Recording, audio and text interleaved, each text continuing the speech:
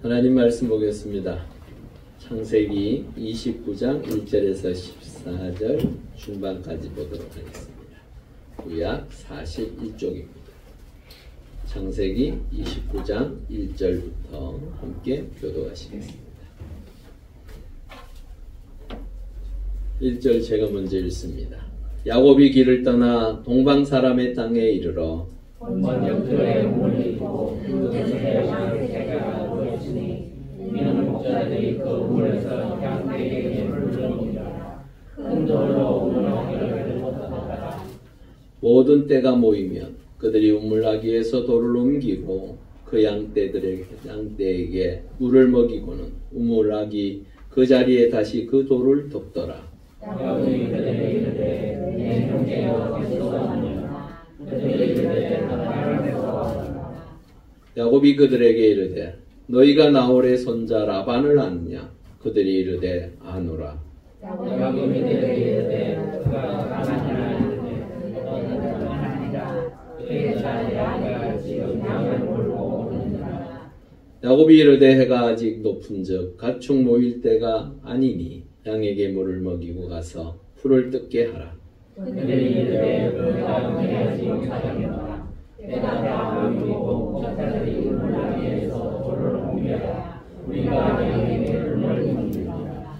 야곱이 그들과 말하는 동안에 라헬이 그의 아버지의 양과 함께 오니 그가 그의 양들을 치고 있었기 때문이더라. 야곱이 그의 외삼촌 라반의 딸 라헬과 그의 외삼촌 야곱을 보고 다 우물하기에서 물을 옮기고 외삼촌 라반의 양에게 물을 먹이고 그가 라헬에게 입맞추고 소리내어 울며 그의 제자가 그의 아버지의 생기되어 이미 너의 아들됨을 말하였더니 라헬이 달려가서 그 아버지에게 알리되 라반이 그의 생질 야곱의 소식을 듣고 달려와서 그를 영접하여 안고 입맞추며 자기 집으로 인도하여 드리니 야곱이 자기의 모든 일을 라반에게 말하며 라반이 이르되 너는 참으로 내 젊이로다 하였더라.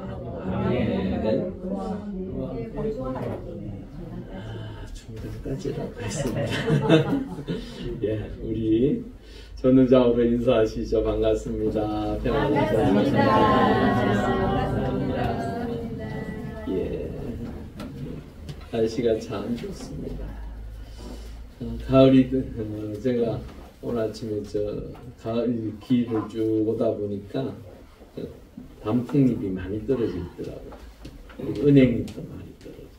그걸 보면서 가을이 그냥 겨울로 확 지나가려다가 멈춘 것 같아요. 그래서 가을이구나.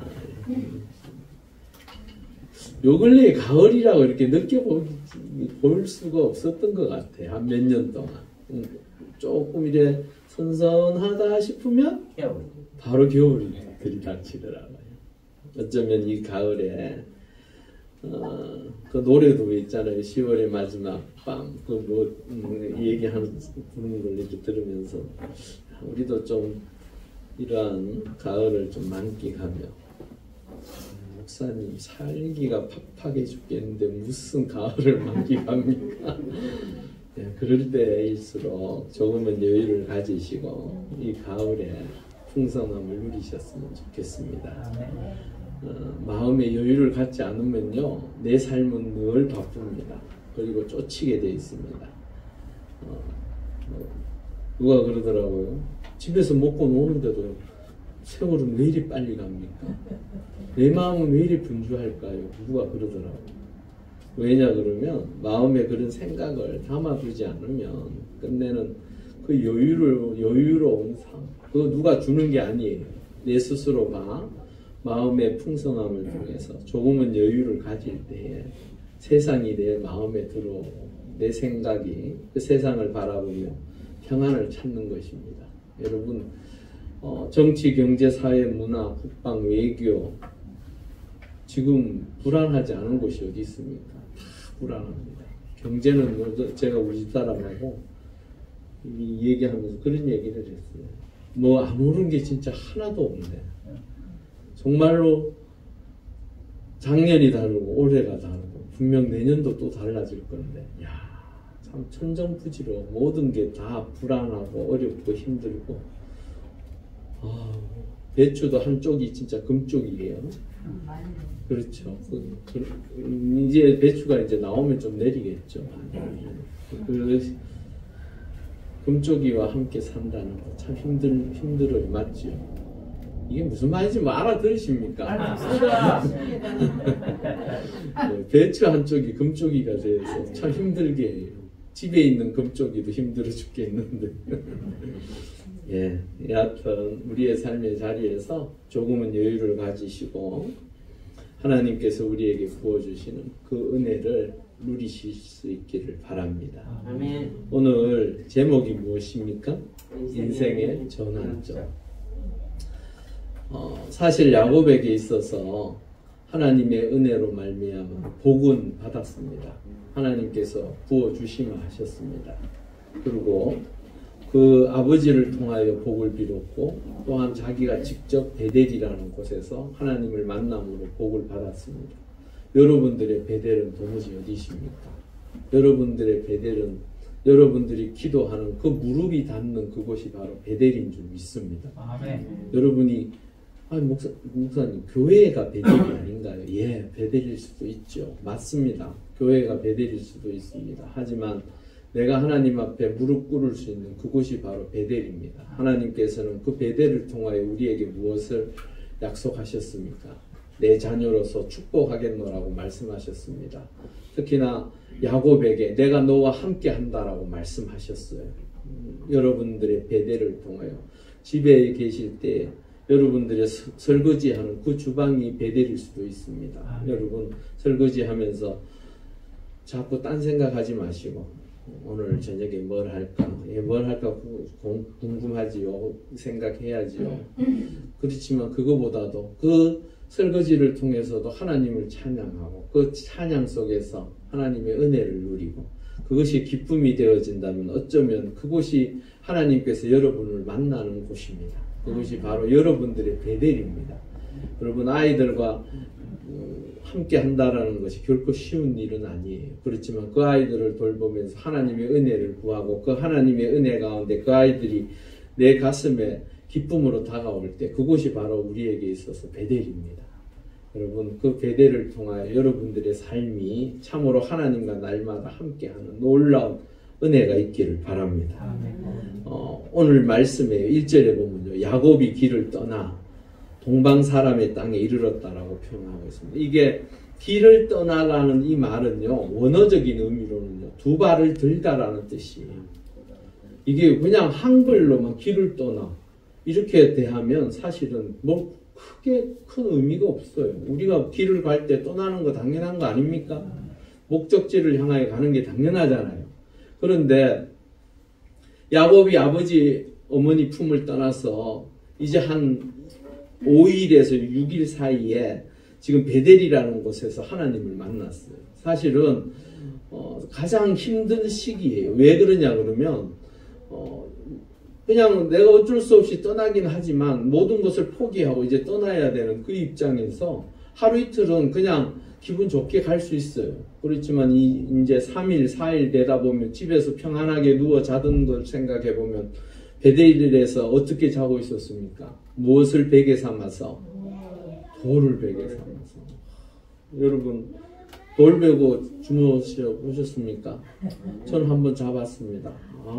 아침에 일어나는데 목이 얼마나 뻐근하고 힘들든지요. 여러분 돌이라 그러니까 뭐 특별히 뭐 진짜 밖에 있는 큰 돌 짱돌 갖다 놓고 잔 게 아니고 옥이라는 걸 가지고 뭐 이렇게 만들어 놓은 베개를 뺐는데 이게 얼마나 딱딱한지요. 사람이 목이 뻐근하더라고요. 여러분 집에서 그렇게 편안하게 잘 수 있었던 걸 포기하고 이제 떠나야 된 그 야곱 입장에서는 사실은 내가 지금 어디를 가고 있는가, 도무지 내가 무엇을 위해서 이렇게 고생하며 걸어가야 하는가 하는 생각을 왜 안 했겠습니까? 여러분 우리의 인생의 길도 그래요. 사실은 목적지가 분명치 않으면요 내가 왜 이렇게 사는지도 모르는 채 방황하고 힘들고 어려운 상황에 놓일 때마다 후회하고 스스로 자책하고 스스로 포기하는 상황들이 참으로 많이 벌어집니다. 여러분들의 인생에 있어서 목적이 생기고 그 목적을 향해서 걸어갈 수 있는 하나님의 은혜가 있기를 바랍니다. 이 길을 떠나 두 발을 들다라는 이 말은 목적지를 향하여 힘차게 나가라. 여러분, 꿈이 생기고 소망이 생기고 나에게 희망이 생기고 내가 가야 할 곳을 정확하게 알게 되니까 힘이 생기더라는 거예요. 우리의 인생의 길에 있어서 여러분, 우리 인생의 길을 뭘로 비유합니까? 나그네가 길을 걷듯이 유유자적하는 인생의 길이라고 생각하십니까? 아닙니다.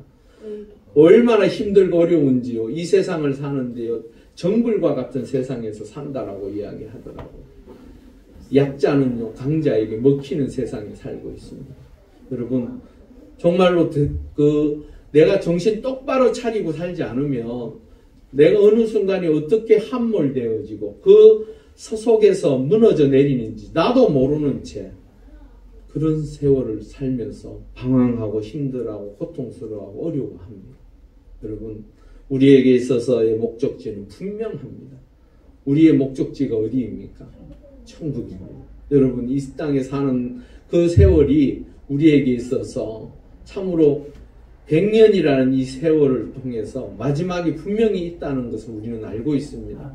여러분, 어떻게 하든지 하나님의 은혜 가운데 그 목적지에 우리가 다 함께 다다를 수 있기를 바랍니다.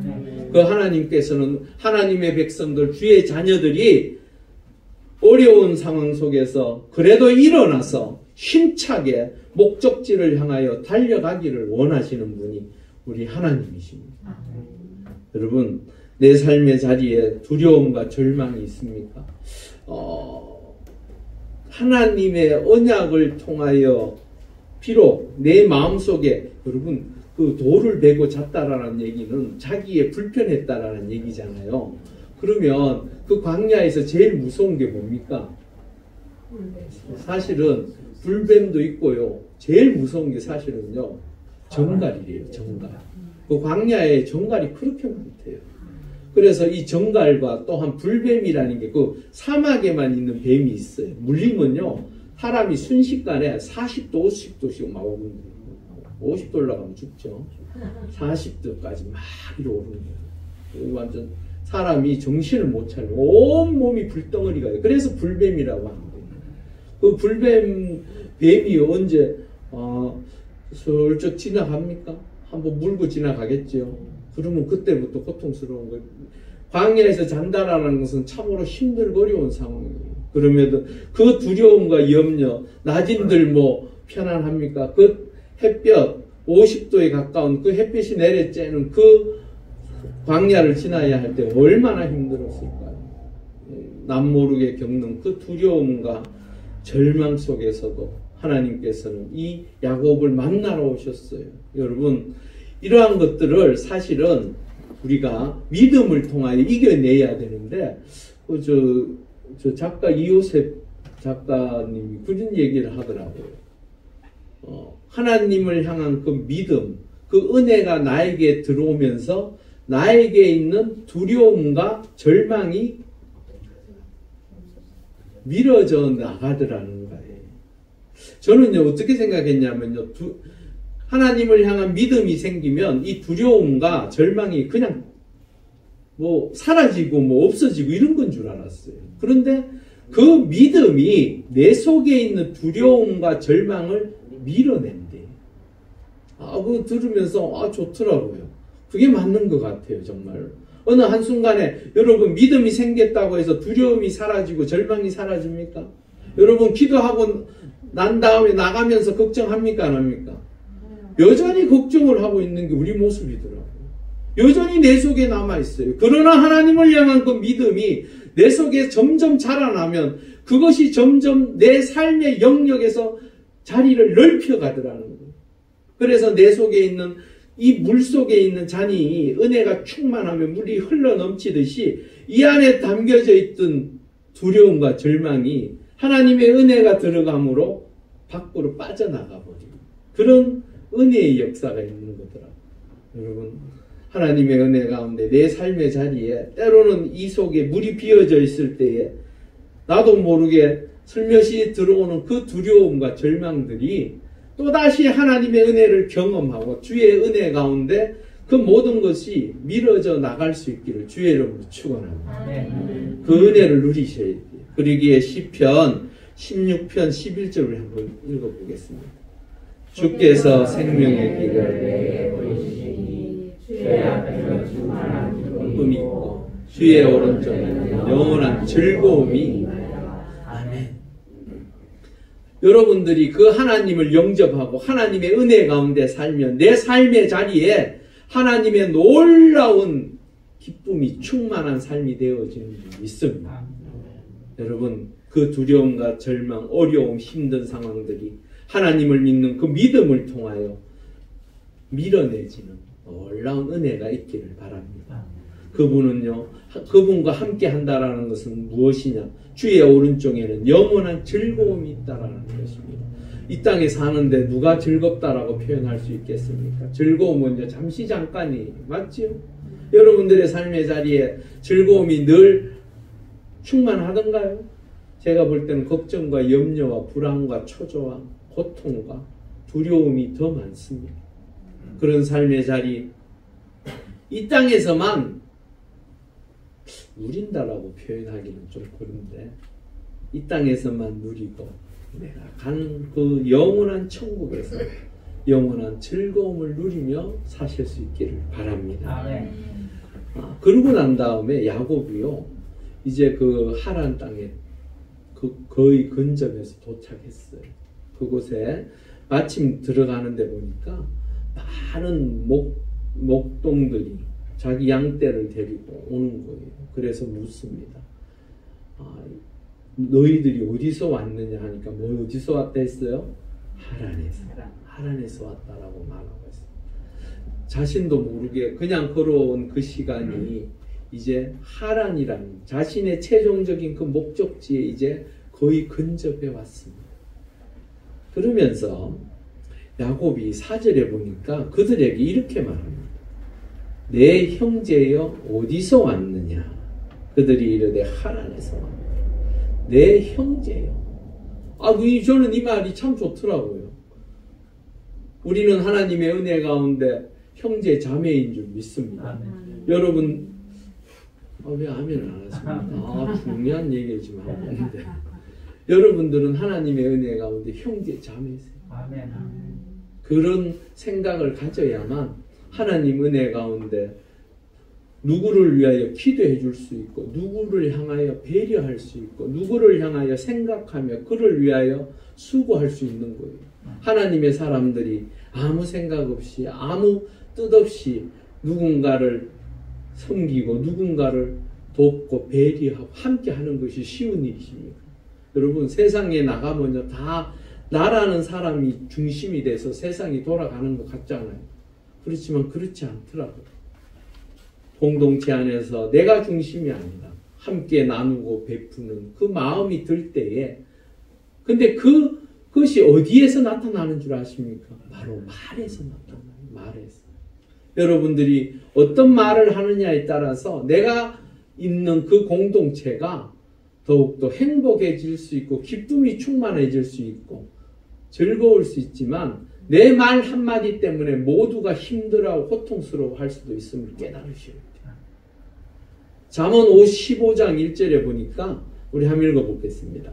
유순한 대답은 분노를 시게 하여도 과격한 말은 노를 격동하느니라. 읽으면서 무슨 생각이 드나요? 나는 과연 어떤 말을 하는 사람인가? 여러분, 말 한마디에 얼마를 갚는다고요? 천냥 빚을 갚는다. 천냥이 얼마나 큰 돈인 줄 아십니까? 지금으로 따지면요, 그 천냥은요, 집을 한 채를 살 수도 있을 만큼 큰 돈이에요.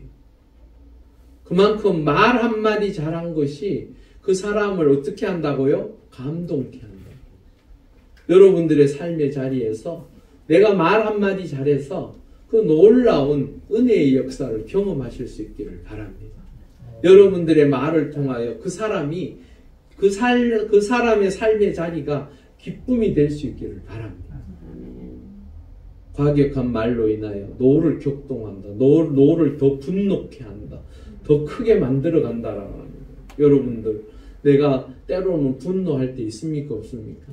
맞습니다. 많죠. 왜 화날 때가 얼마나 많습니까? 저는 차 타고 운전할 때만 화가 막 나요. 어떤 사람은 굳이 앞에 안 들어와도 되는데 들어와 가지고는 자기 혼자 또 느긋하게 천천히 차 몰고 갑니다. 빨리 가야 하는 사람 입장에서는 속이 터질까요? 안 터질까요? 터져요. 터지는 정도가 아닙니다. 분노가 폭발합니다. 분노. 네? 어떤 사람은요, 갑자기 차를 몰고 가다가요, 자기가요, 그 길이 아니었는가 봐요. 그러면 그 길에 그냥 천천히 가면서 좌회전 받아서 다시 돌아와서 가면 될 걸 갑자기 확 끼들어 버리는 거예요. 그러면 어떡할까요? 예, 장로님 성이 문자십니다. 봐주면 된답니다. 예, 저런 마음의 여유가 있으면 얼마나 좋을까. 근데 그러질 못하더라고요. 얼마나 화가 나요. 여러분, 근데요, 시간이 지나서 한참 가다 보면요, 내가 왜 그랬나 하는 생각이 들까요, 안 들까요? 들어요, 사실. 그냥 그렇게 가면 될 걸 괜히 또 이렇게 성질을 냈는데 그런 생각이 들더라고요. 우리가요, 어떠한 상황이든 좋은 말, 이 유순하다는 말이 무슨 말입니까? 부드러운 말. 부드러운 말은 상대편에게 기쁘게 하고 즐겁게 하고 행복해 하는 말입니다. 야곱이요, 내 형제라는 이 표현이 사실은 쉬운 표현이 아니에요. 왜 그렇습니까? 그는 모든 것의 중심이었던 사람입니다. 늘 어머니의 사랑을 받고, 또한 이제는 축복받은 자로서 하나님의 은혜를 기억하며 살아서 변화되어진 삶을 사는 것을 오늘 우리는 보게 됩니다. 여러분, 내가 하나님의 은혜 가운데 복받은 사람인 줄 믿습니까? 여러분들은 하나님의 은혜 가운데 복받은 사람들입니다. 네. 좀 하면은 크게 하세요. 왜 하다 말고 별로. 여러분, 아니 목사님 무슨 복요? 여러분, 복이라는 게 꼭 뭐 물질적인 것이어야만 합니까? 여러분, 마음의 평안을 갖는다라는 거 귀한 것입니다. 가난해도 내 마음의 평강이 있음으로 인하여 그 평화를 통하여 내 주변의 사람들이 기쁨을 누리고 감사하며 살 수 있으면 얼마나 귀한 것입니까? 내가 아무리 많은 것을 가져도 내 말이 부드럽지 못하고 내가 복받은 자로서 살지 못하면요, 옆에 있는 사람들이 사실은 피곤해요. 맞죠? 예. 옆에 있는 사람들 많이 피곤해요. 그 사람하고 함께 있는 게 지옥이에요. 그 사람과 함께 있는 것 자체가 힘든 거예요. 여러분의 주변에 하나님의 은혜 가운데 비록 나는 가진 것 없어도 나와 함께 하는 자들이 기쁨을 누릴 수 있는 그 은혜를 나누어 주는 하나님의 사람들이 되기를 바랍니다. 아멘. 잠언 21장 23절에 한 번 더 읽어볼까요? 입과 혀를 지키는 자는 자기의 영혼을 환난에서 보존하느니라. 더 중요한 얘기를 하고 있어요. 마지막 때에 환난이 닥쳤을 때는요, 내 영혼 하나 지키기도 힘들 만큼 세상이 격변에 돌아갈 것이에요. 하나님의 은혜 가운데 마지막 요한계시록을 보면요, 정말로 두려워. 정말로 그 모든 환난과 어려움과 고통 속에서 내가 믿음을 지키고 하나님의 자녀로 살아간다라는 것이 결코 쉽지 않습니다. 여러분, 요한계시록 한번 읽어보세요. 해석하기도 어려운 부분도 없지 않아 있지만 마지막 때에 얼마나 큰 환난이 들이닥쳐서 믿는 자나 믿지 않는 자나 다 두려워하고 불안하고 걱정하고 염려하고 힘든 상황이 벌어지는지가 나타나 있습니다. 그럴 때 여러분들은 하나님의 은혜로 말미암아 그 믿음을 지켜서 승리해서 구원받는 주의 자녀들이 될 수 있기를 바랍니다. 아멘. 그 말이라는 것이 그래서 중요한 거예요. 내 말을 통하여 하나님의 은혜가 넘치고 그 은혜를 함께 나누는 자로 인하여 내 영혼이 지켜지는, 나와 함께 하는 자들이 나와 함께 믿음을 지켜서, 여러분, 어려움 속에 있을 때에 나와 함께 할 수 있다는 사람은 귀한 사람들입니다. 맞죠? 여러분들이 힘들고 어렵고 고통스러울 때 옆에서 도와주고 함께 기도하며 여러분들의 신앙을 지킬 수 있도록 만들어주는 것, 그거 귀한 것입니다. 모두들 떠나버리고 내 살 길 찾아서 떠나는 그들을 바라볼 때에 나 혼자 덩그러니 놓여져 있다고 할 때 얼마나 스스로가 힘든 상황에 놓이게 됩니다. 여러분들도 하나님의 은혜 가운데 말 한마디 행동 하나 조심하셔서 나와 함께하는 자들이 나를 통하여 복을 누리는 그 은혜가 있기를 주의 이름으로 축원합니다. 아멘. 그리고 2절에서 8절에 보니까요, 자기들만의 룰이 있더라고요. 서로를 위한 룰. 이게 뉘앙스가요, 어떻게 보면요, 야곱 입장에서는 아직 양들을 더 풀을 먹여서 와서 물 먹이면 될 것 같은데, 누구는 좀 일찍 와서 물을 먹이려고 기다리고 있고, 누구는 아직 오고 있는 중이고, 이런 것들을 보니까 좀 불합리한 것 같아요, 자기 생각에. 그래서 풀을 좀 더 뜯어먹게 하고 오면 좋지 않을까요? 이렇게 얘기를 하니까 이 사람들이 단호하게 얘기하는 것처럼 느껴집니다. 근데 이게 원어적으로 보면 단호한 게 아니고요, 우리는 우리가 가지고 있는 규칙대로 지금 하는 거라는 뉘앙스가 더 강해요. 어떻게 보면요, 야곱이 조금, 우리가 속된 말 이런 말 하죠. 오지랖이 넓다잖아요. 그래서 괜히 직구도 아니면서 나서서 괜히 웃기잖아요. 사실은 우리 왜 누군가가 옆에서 그런 소리 하면 우리도 은근히 그러죠. 본인 건 아세요. 그렇죠. 그런 마음이 들 것 같은데 여기에 뉘앙스가 사실은 그게 아니에요. 그래서 처음부터 이 야곱이 부드럽게 형제라고 표현했잖아요. 그랬기 때문에 사실은 이게 조금 다툼의 여지가 있는 내용이 아니고 그냥 우리는 이렇게 하는 걸 원칙으로 여긴다라고 말하고 있습니다. 여러분, 예수 믿는 사람, 하나님의 사람들도요, 사실은 룰이 있습니다. 여러분, 예수 믿는 사람이 하나님께서 정해놓으신 룰이 있다라는 거예요. 무엇입니까? 10계명.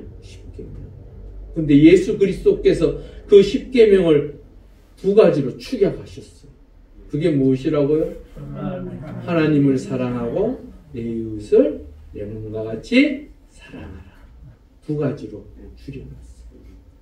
그게 바로 우리가 그리스도인들로서 살아가는 룰입니다. 룰. 법이라는 거예요. 우리가 그렇게 행하여야 되는 관습과 같은 거예요.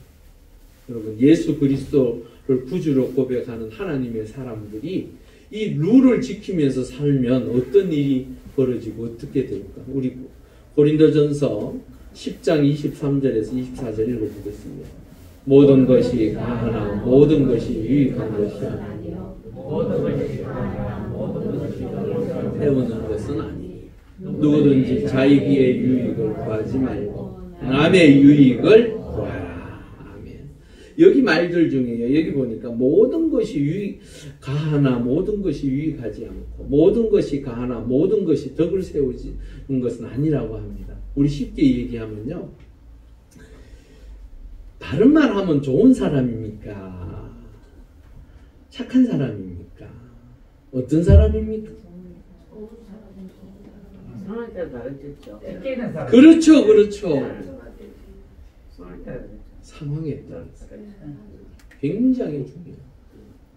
나는 분명히 바른 말을 한다고 하지만 그 상황 속에서 상처 있는 사람도 때로는 있더라고요. 그 상황이 달라졌어요. 여러분, 바른 말을 한다고 해서, 정직한 말을 한다고 해서 그게 다 옳은 것은 아닙니다. 아시겠죠? 이걸 머릿속에 늘 가지셔야 돼요. 그래야 그리스도인으로서의 살아가는 삶이 주 안에서 늘 복된 삶이 됩니다. 내가 정직하다고 해서 그 정직을 무조건 남에게 강요하는 그 순간에 그것이 때로는 그 사람에게 상처가 돼서 화가 나게 만들고 짜증나게 만들고 힘들게 하는 상황도 있습니다. 그럴 때는 우리 세상 말로 그런 말이 있죠. 유도리 있게 해라. 적당히도 말 돼요. 조금 이렇게 부드럽게, 저는 그걸 좀 더 부드럽게. 왜냐 그러면 우리가 모든 것이 옳다고 해서 옳다고만 주장하면 거기에서 무엇이 생깁니까? 분쟁이 생겨요. 분쟁이. 왜? 그 옳은 것이 정당하다 할지라도 내 상황이 그렇지 못해서 그것을 그렇다고 그 사람이 부정하는 건 아니에요. 부정하는 건 아니지만 그 상황 때문에 내 마음이 불편해지면 끝내는 싸움이 생겨요. 다툼이 생겨요. 참 어렵죠. 예수 믿는다라는 게 결코 쉬운 건 아니에요. 그러기에 누구든지, 그래서 말씀은 누구든지 자기의 유익을 구하지 말고 남의 유익을 구하라. 여기에 바로 배려라는 게 있습니다. 여러분들의 삶의 자리에 나보다는 남을 먼저 배려할 수 있는 그 마음을 가질 때에 하나님의 은혜 가운데 그 룰이 잘 지켜져 갈 줄 믿습니다. 누군가가 그것을 거부하고 튕겨나가면 그 공동체가 그렇게 좋을 수가 없잖아요. 그 룰 안에서 서로를 배려하며 누가 하나님의 은혜 가운데 그 하나님의 사람들이 좀 더 유익을 누릴 수 있는 것, 내가 양보하고 내가 좀 더 손해를 볼 수 있다면 그것도 귀한 것인 줄 믿습니다. 그걸 누가 기억하신다고요? 하나님께서 기억하신다. 고린도전서 14장 40절에 보면 모든 것을 품위 있게 하고 질서 있게 하라라고 말하는 것입니다. 품이라는 게 무엇입니까? 단정하게, 그 다음에 보기 좋게. 여러분 방금 이야기했죠. 그 옳다고만 주장했다가 끝내는 보기 좋은 모습이 아니라 서로 분쟁이 생기고 어려움이 생기면 그 옳은 것을 주장한 것 별로 그렇게 좋은 것도 아닌 것 같아요. 여러분 구원의 문제, 하나님의 은혜의 문제, 또한 주 예수 그리스도의 그 구원의 역사하심을 부정하는 것, 이런 건 기본적으로 우리가 목숨 걸고 지키는 것이지만 우리의 삶의 공동체 안에서 그것을 머릿속에 가지고 살아가는 하나님의 사람들이잖아요. 우리의 구원의 문제가 달린 것은 정말로 목숨 걸고도 지켜야 돼요. 하지만 그것이 아니라면 서로를 위하여 조금은 양보하고, 저는 이 말이 너무 성경에도 이런, 제가 성경을 그래 많이 읽었는데도 이 품이라는 말을 간만에 본 것 같아요. 얼마나 멋있죠? 품위 있게 산다라는 건 너무 멋있지 않습니까? 질서야 뭐 잘 아시는 거고, 중요한 건 이 품이라는 이 말 자체가 얼마나 좋습니다. 그러니까 마음의 여유를 가지고 사셔야 돼요. 빌립보서 2장 4절에 읽어보겠습니다. 각각 자기 일을 돌볼 뿐더러 또한 각각 다른 사람들의 일을 돌보아 나의 기쁨을 충만하게 하라. 예. 서로 돌보는 것, 서로 배려하는 것, 나누는 것, 귀한 것입니다. 여러분 마음속에 이 배려가 없으면 서로 나누려고 하지 않습니다.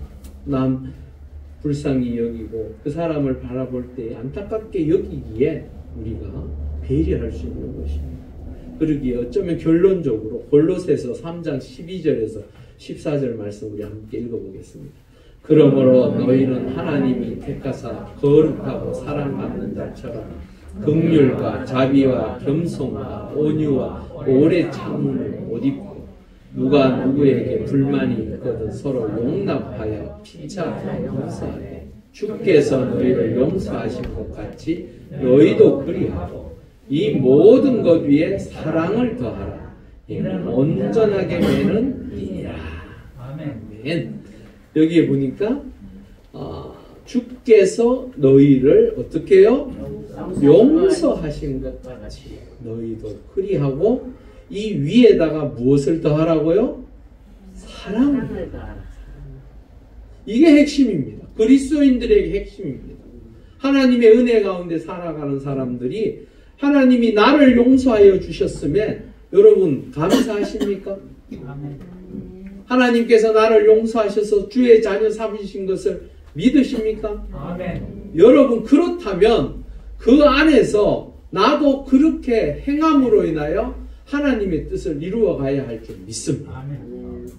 그게 바로 하나님의 자녀의 모습이라는. 그리고 마지막으로 9절에서 14절 중반까지 있는 이 말을 보면요. 여기까지 인도하신 하나님. 드디어 라헬을 만나고 또한 삼촌 라반을 만납니다. 이 모습은요, 사실은요, 아브라함이 누구의 아내를? 이삭의 아내를 데리러 갔던, 그래서 거기서 누구를 만났습니까?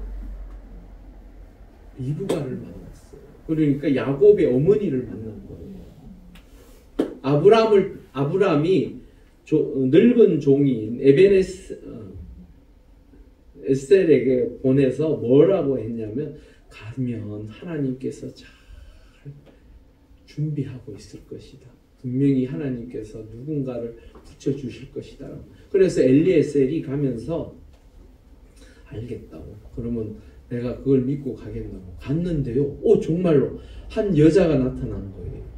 그게 누구였냐면 리브가가 그 여인을 보면서 이 늙은 종이 뭘 생각했냐면, 하나님, 저 여인이 나에게 내가 물을 달라고 했을 때 나에게도 물을 주지만, 내가 데리고 간 그 나귀, 뭐 여러 양들도 있고 말도 있고 이랬었어요.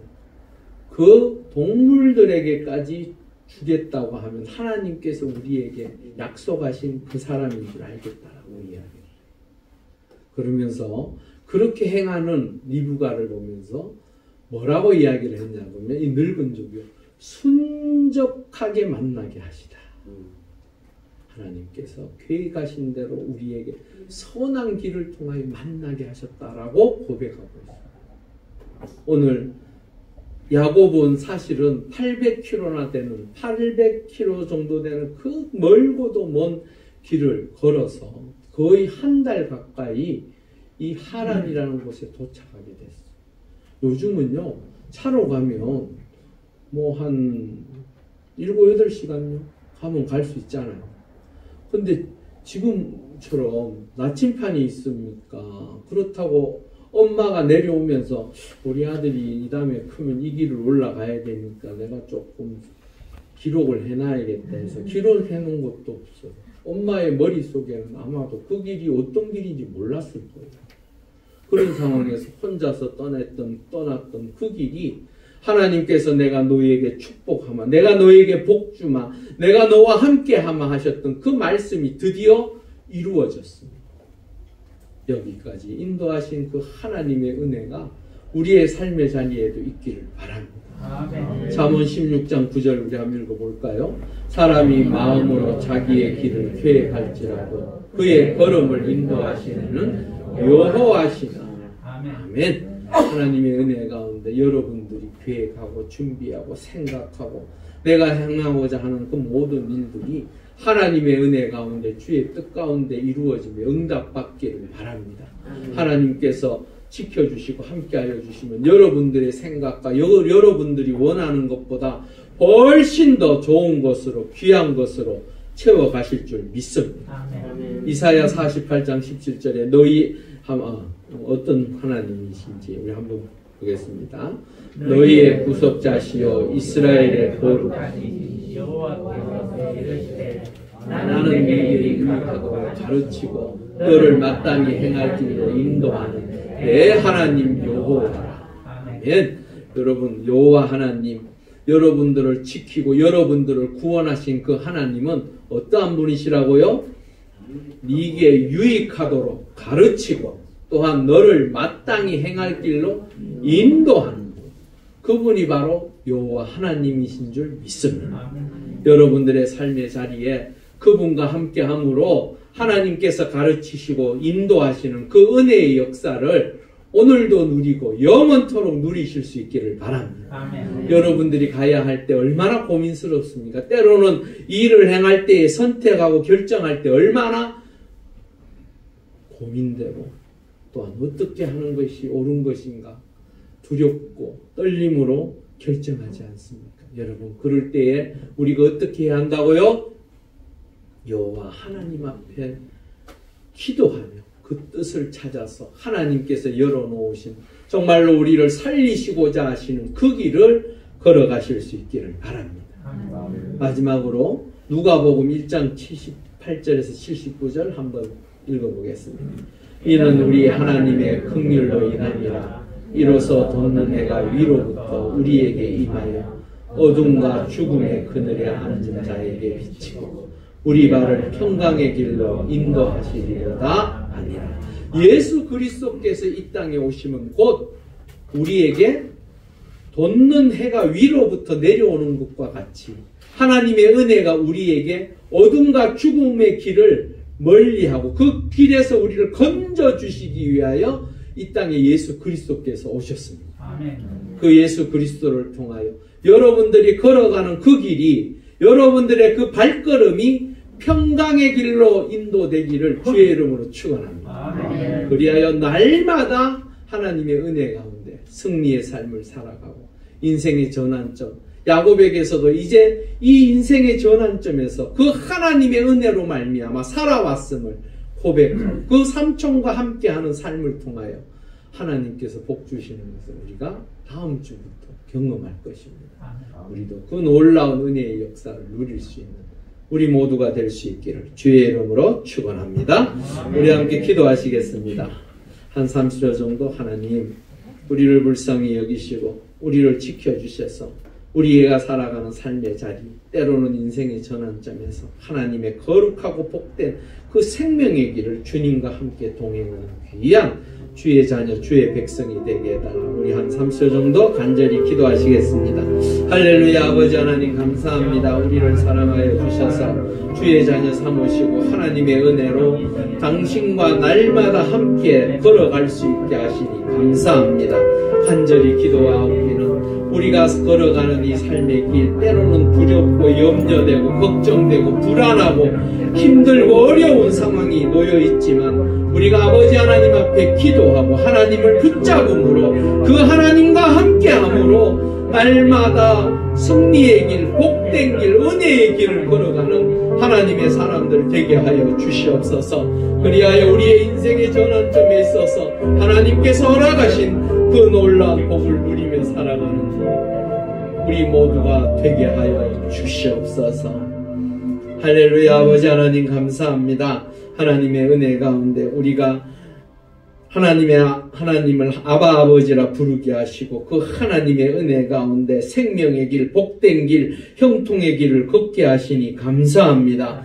때로는 우리 인생에 있어서 전환점이 있을 때마다 또 때로는 그 결정을 염려와 걱정과 불안으로 행할 때마다 하나님의 은혜가 우리 가운데 임하여서 그 하나님께서 열어가시는 그 기쁨과 감사가 충만한 복된 길을 걸어갈 수 있도록 우리를 인도하시고 함께하여 주시옵소서.